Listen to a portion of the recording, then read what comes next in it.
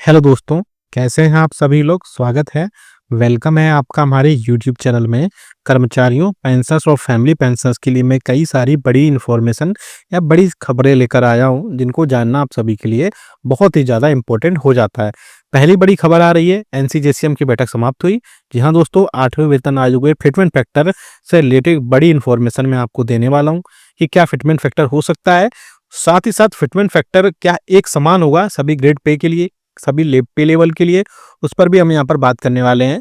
साथ ही साथ दूसरी जो बड़ी खबर होगी, पेंशनर्स, कर्मचारियों और फैमिली पेंशनर्स के लिए उनकी सैलरी, पेंशन और फैमिली पेंशन में 20% की बढ़ोतरी हो चुकी है। मिनिस्ट्री ऑफ फाइनेंस की तरफ से उसमें मुहर भी लग चुकी है। उस पर हम बात करेंगे किन कर्मचारियों, पेंशनर्स के लिए ये लागू की गई है। साथ ही साथ इसके अलावा और भी कई सारी मैं खबरें इसमें देने वाला हूँ। इंपॉर्टेंट ये वीडियो होने वाला है और साथ ही साथ मंथ की सैलरी और पेंशन पर भी हम बात करने वाले हैं। जी हाँ दोस्तों, इसलिए इस वीडियो को पूरा लास्ट तक देखिएगा और अगर चैनल पर पहली बार आए तो चैनल को फ्री में सब्सक्राइब जरूर करिएगा। सब्सक्राइब के ब्लैक बटन को प्रेस करके साथ ही साथ आप हमारी वीडियोस की लेटेस्ट इन्फॉर्मेशन के लिए घंटे के निशान को यानी बेल आइकन को प्रेस करना बिल्कुल मत भूलिएगा। तभी आपके पास हमारी वीडियोस की लेटेस्ट इन्फॉर्मेशन आ पाएगी और आप हमारी वीडियोस को इसी तरीके से आगे भी वॉच कर पाएंगे। इसके अलावा बहुत सारे पेंशनर्स ऐसे हैं जो हमसे डायरेक्टली बात करना चाहते हैं या जुड़ना चाहते हैं या हमारे प्राइम मेंबरशिप उनको परचेज करनी है, तो उसके लिए आपको करना ही है कि आप सब्सक्राइब करिए। सब्सक्राइब करने के बाद में आपको ज्वाइन बटन पर क्लिक करना है और ज्वाइन बटन पर क्लिक करने के बाद आप वहां से 29 रुपए का मात्र पेमेंट करिए, मात्र 29 रुपए का पेमेंट करिए और वहां से आप हमारे 1 मंथ के प्राइम मेंबरशिप आपके पास पहुंच जाएगी और आप हमारे वहां से डायरेक्टली जुड़ पाएंगे और आपकी जो भी समस्या होगी, जो भी प्रॉब्लम होगी, वो विदिन 15 मिनट के अंदर वहां से सॉल्व कर दी जाएगी। आप हमें कमेंट बॉक्स में कमेंट लिखेंगे और नेक्स्ट आपके जैसे ही कमेंट लिखेंगे तो विदिन 15 मिनट के अंदर सारी समस्या आपको वहां पर सॉल्व कर दी जाएंगी। इसे आप हमें से, क्योंकि बहुत सारे पेंशनर्स पूछ रहे थे कि एक्चुअली हमें जुड़ना कैसे है।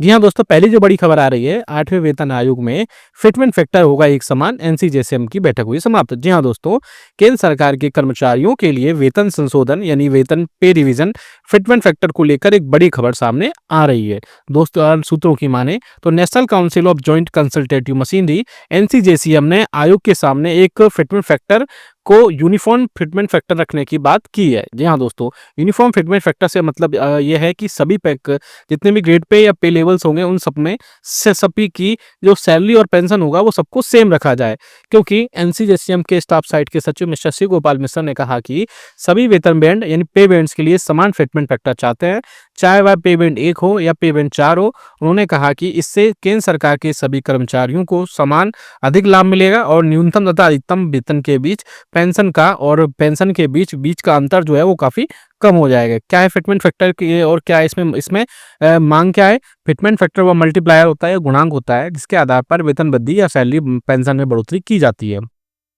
सातवें वेतन में आयोग में अलग अलग पे बैंड्स के लिए हिसाब से अलग अलग फिटमेंट फैक्टर उसके लिए अलग अलग था। पे बैंड 1 के लिए 2.57 था, पे बैंड 2 के लिए 2.62 था, पे बैंड 3 के लिए 2.67 था, वहीं पे बैंड 4 के लिए 2.72 था और जो अपेक्स पे लेवल है उनके लिए फिटमेंट फैक्टर था वो 2.81 तक पहुंच गया। तो ऐसे में बहुत सारे जो कर्मचारी और पेंशनर्स थे उनको वहां पर सही सभी जो वेतन बैंड्स के हिसाब से समान फिटमेंट फैक्टर नहीं मिल रहा था। इसे में एनसीजेसीएम का कहना है कि 8वें वेतन आयोग में इस असमानता को, इस एनोमोलीज को खत्म कर दिया जाए और सभी वेतन बैंड्स के लिए समान फिटमेंट फैक्टर लागू किया जाए जिसमें एनसीजेसीएम की प्रमुख मांगे थी कि सभी के लिए समान फिटमेंट फैक्टर हो, सभी कर्मचारियों को एक समान वेतन गुणांक मिले जिससे वेतन असमानता को कम किया जा सके।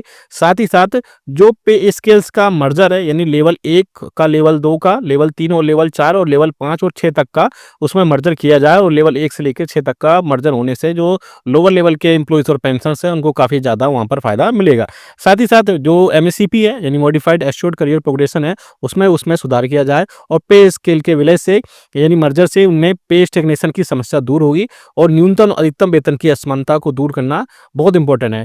साथ ही साथ न्यूनतम और अधिकतम वेतन में असमानता कम करने की सिफारिश की थी, लेकिन यह अंतर आखिर में बढ़ता गया। जब 4th पे कमीशन आया तो उनमें ये सारी चीज़ें कम हुई थी, लेकिन उसके बाद में ये सारी चीज़ें कम की गई और बाद में वहाँ सर सारी चीज़ें वहाँ पर फिर से बढ़ती गईं। इसमें सरकार का क्या रुक गया, सरकार ने 8वें वेतन आयोग के गठन को मंजूरी दे दी है। इसमें 1 चेयरमैन और 2 सदस्य हो सकते हैं। यह आयोग अपनी रिपोर्ट तैयार करने से पहले कर्मचारी संगठनों से चर्चा करेगा। साथ ही साथ एनसीजेसीएम के अनुसार 7वें वेतन आयोग में रैशनलाइजेशन इंडेक्स लागू न किया गया तो फिटमेंट फैक्टर 3 से लेकर 3.68 के बीच होता हुआ दिखाई दे रहा है। अब सबकी नज़रें 8वें वेतन आयोग के हिसाब से सिफारिशों और सरकार के अगले कदम पर होंगी। साथ ही साथ आप हमें कमेंट करके बताइए कि क्या आपके हिसाब से क्या फिटमेंट फैक्टर होना चाहिए, या फिर क्या 8वें वेतन आयोग में कर्मचारियों को कितना लाभ मिलेगा या कितना प्रतिशत तक लाभ मिल सकता है। ये सब चीज़ें आप हमें कमेंट बॉक्स में कमेंट करके बताइएगा और आपके हिसाब से हमें बताएगा कि इन सब चीज़ों में कितने प्रतिशत तक की बढ़ोतरी देखने को मिल सकती है। अब बात करते हैं दूसरी, जो कि निकल कर आ रही है, 20% अतिरिक्त पेंशन का आदेश जारी हुआ। होली से पहले अतिरिक्त मिलेगी पेंशन आपको। जी हाँ दोस्तों, खबर निकल कर आ रही है मध्य प्रदेश सरकार की तरफ से, जहां आपने पेंशनरों को होली से पहले अतिरिक्त पेंशन की बड़ी सौगात दी है।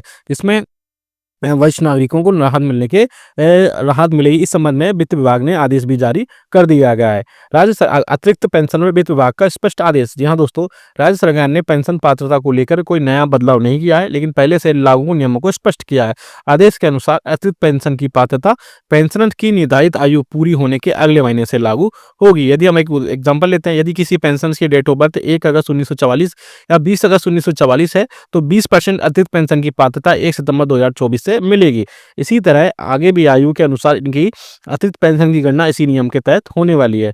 और इसके अलावा यदि कोई पेंशनर 100 वर्ष की आयु पूरी कर लेता है तो उसे 100% अतिरिक्त पेंशन का लाभ मिलेगा। वहीं इस प्रकार की प्रक्रिया में कर्मचारियों पेंशन को थोड़ा सा लाभ मिलेगा जानी। और इसके अलावा आपको पता ही है कि जो राज्य सरकारें भी धीरे धीरे जो 80 से 85 साल में 20% का, 85 से 90 30% का, 90 से 95 40%, 95 से 100 50% और 100 से अधिक या 100 से अधिक पर 15% मिलेगा। ऐसे में मध्य प्रदेश के कर्मचारियों को लिए थोड़ी सी राहत मिलेगी, क्योंकि पहले जो नियम थे वो बहुत ज़्यादा स्पष्ट नहीं थे। अब स्पष्ट होने के बाद कर्मचारियों पेंशन और फैमिली पेंशन के लिए वहाँ पर फिर से चीज़ें ऐड होना स्टार्ट हो जाएंगी।